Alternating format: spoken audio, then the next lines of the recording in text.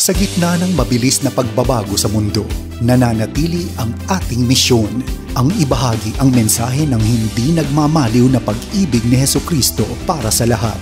Hatid sa inyo ang pinakabagong kaganapan sa gawain ng Far East Broadcasting Company Philippines. Tampok din ang mga kwento ng totoong buhay na binago ng Diyos. Narito si Dan Andrew Cura sa The President's Report.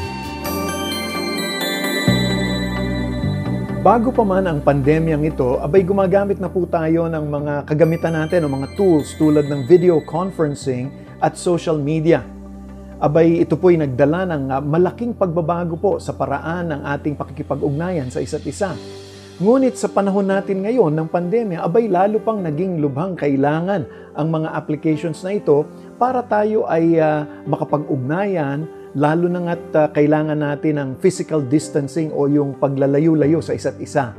Halimbawa na lang, ang mga paaralan ay gumagamit na ng online classrooms at mga programa sa telebisyon at radyo sa pagtuturo. Maging ang mga doktor ngayon ay gumagamit na rin ng tinatawag na teleconsultation upang matugunan ang pagdagsa ng mga pasyente, lalong-lalo na dulot ng COVID. Gayon din po ang libu-libong mga simbahan sa buong mundo na nagtitipon-tipon online para po sa lingguhang pagsamba. Kaya nga po ngayon, pag-usapan natin kung paano ito nakakaapekto sa ating misyon ng pagpaparating ng Ebanghelyo ni Hesukristo sa kasalukuyan at maging sa hinaharap. Ako po ang inyong kaibigan, si Dan Andrew, at samahan po ninyo ako sa ating episode ngayon ng The President's Report.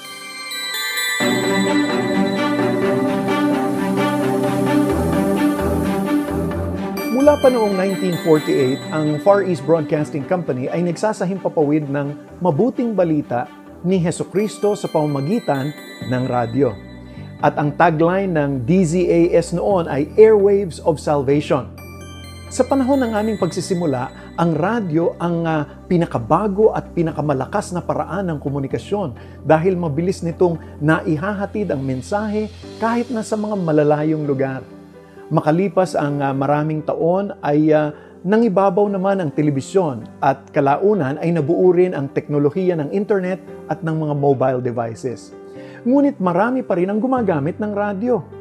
Kung kaya't ang FEBC ay may natatanging lugar, hindi lamang upang ipangaral ang Ebanghelyo, ngunit upang ipaalam sa mga tao ang kasalukuyang mga issue sa lipunan at siyempre hamunin din ang ating mga tagapakinig na manindigan para kay Kristo Jesus at ipamuhay ang ating pananampalataya sa praktikal at makabuluhang mga paraan. Yan po ang gusto natin. Sa pagsasahimpapawid ng mensahe, abay hindi po natin batid kung saan o sino ang tatanggap nito. Gayunpaman, ang Diyos ang siyang kumikilos upang maabot ang mga puso na hinanda niya upang unawain ang mabuting balita at isuko ang kanilang buhay kay Kristo. Hayaan mong ibahagi ko sa iyo ang isang patotoo ng ating tagapakinig mula sa Indonesia. Ito ang kanyang sinabi. Sa una ay sinusubukan kong makinig sa shortwave nang marinig ko ang mga broadcast ng FEBC. Ang programa na madalas kong marinig ay humihikayat ng panalangin para sa bawat nakikinig. Kaya't halos araw-araw humihingi ako ng awa sa Diyos upang maiangat ang sakit na aking dinaranas. Purihin ang Diyos at salamat sa suporta ng mga panalangin ng mga lingkod ng Diyos sa istasyong ito ng radyo. Ang aking sakit ay unti-unti nang nagsimulang gumaling. Napakaganda po ng kanyang patotoo. Sa loob ng 73 taon ay ibinahagi ng FEBC ang Ebanghelyo sa pamamagitan ng radyo. At ngayon nga ay iba't ibang mga pamamaraan. Ang AM, FM at shortwave radio ang tinatawag nating radio platforms. Ang mga ito ay makikita nating magpapatuloy pa rin sa hinaharap. Purihin po ang Diyos kung paano niya patuloy na ginagamit ang mga kasangkapang ito upang akayin ang libu-libong mga tao kay Hesukristo.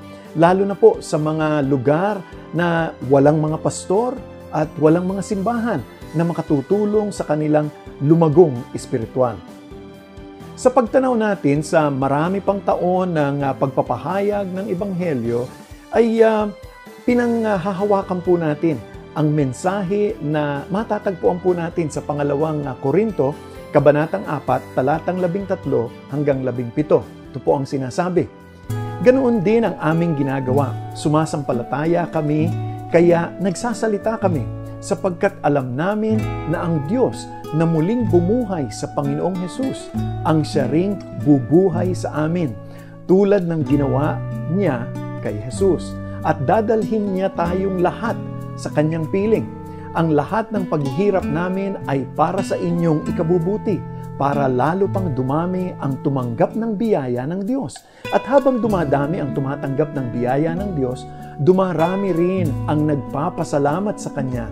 At dahil dito ay mapupuri siya. Yan ang dahilan kung bakit hindi kami pinanghihinaan ng loob.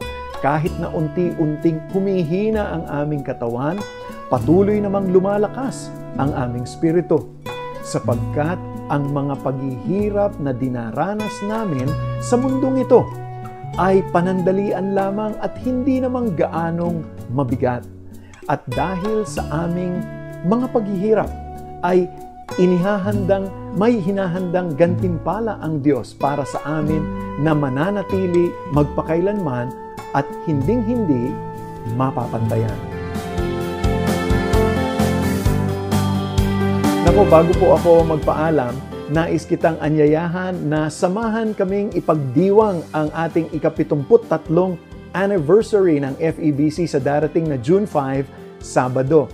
Ito ay isang virtual na pagtitipon sa pamamagitan ng Zoom at mapapakinggan din siyempre sa 702 DZAS, ang agapay ng sambayanan, at siyempre mapapanood din sa Facebook page at YouTube channel ng FEBC. Now, limitado lang po ang makasasama doon sa Zoom meeting natin, kaya naman sana'y nakapag-register ka na. Abay, mahahanap ang registration link at ang mga karagdagang anunsyo po patungkol po sa ating celebration sa FEBC Radio Facebook page. Magkita-kita po tayo doon, ha? Maraming salamat po sa inyong pagsama sa akin, ang inyong kaibigan si Dan Andrew, dito po sa ating programang The President's Report. Manatili po kayong ligtas at pagpalain po kayo ng ating Panginoon. At siyempre, huwag ninyong kakalimutan, magpabakuna na! Inyong napakinggan ang The President's Report. Para sa karagdagang impormasyon ukol sa Far East Broadcasting Company Philippines o maging kaagapay sa panalangin at iba pang mga paraan, bisitahin ang FEBC website, febc.ph, at hanapin ang FEBC Radio sa Facebook. Maraming salamat sa iyong pag-agapay at pagpalain ka ng Panginoon.